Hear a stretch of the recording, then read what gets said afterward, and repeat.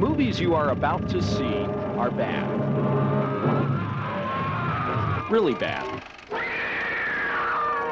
Not like good bad, but bottom of the barrel bad. I love under the bottom of the barrel, because I figure the movies I'm most interested in were never meant to be seen again anyway. Mike Vraney is a bad movie expert.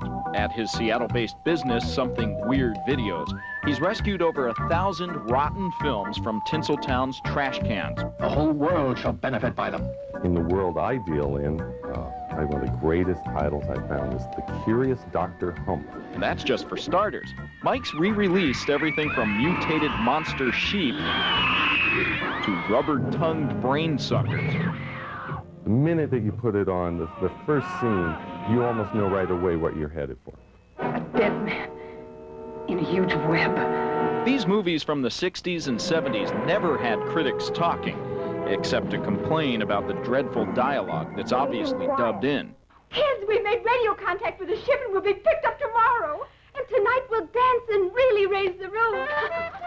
And then there are the screams, or scream. I think my favorite scream in a movie is when they loop it. Just listen to the star of this movie, Girl and the Geek.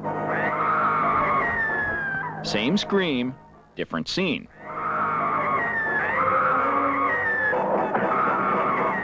But hey, what can you expect from actors who are most likely the director's dry cleaner or accountant?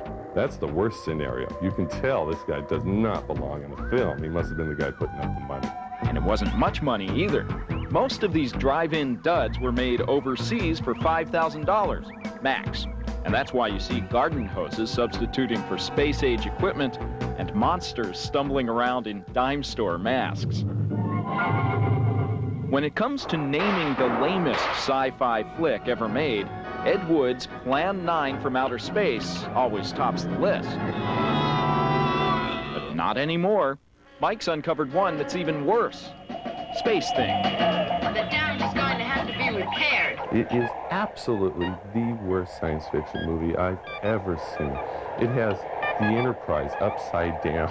It has a clock and the cord going up the wall, and they use bar stools as the command seats. Could a movie be more pathetic than this? Well, yes. In the category of Best Bad Movie overall, there are several contenders. The best bad movie.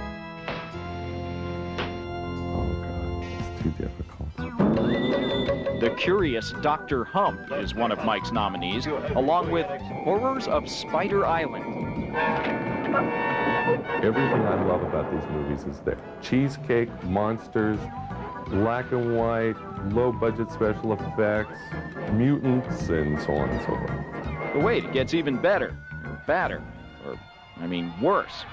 Mike couldn't believe his eyes when he found this 1972 flick decaying in an old warehouse. I ended up getting this film, we transfer it.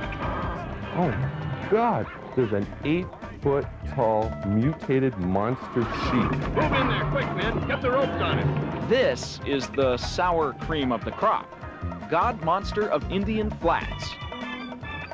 And as if you couldn't figure it out, it's about a god-awful monster that terrorizes the Indian Flats countryside. And here's the perfect example of a movie that fell through the cracks. In the end, Mike says, see for yourself. You be the critic. Giving 2 thumbs down to a bad movie can be good fun. You watch the movie for different reasons, enjoyment, and also to figure it out. Who would even have paid money to see these, and what was someone even thinking when this movie was made? And it turns into this whole fanaticism.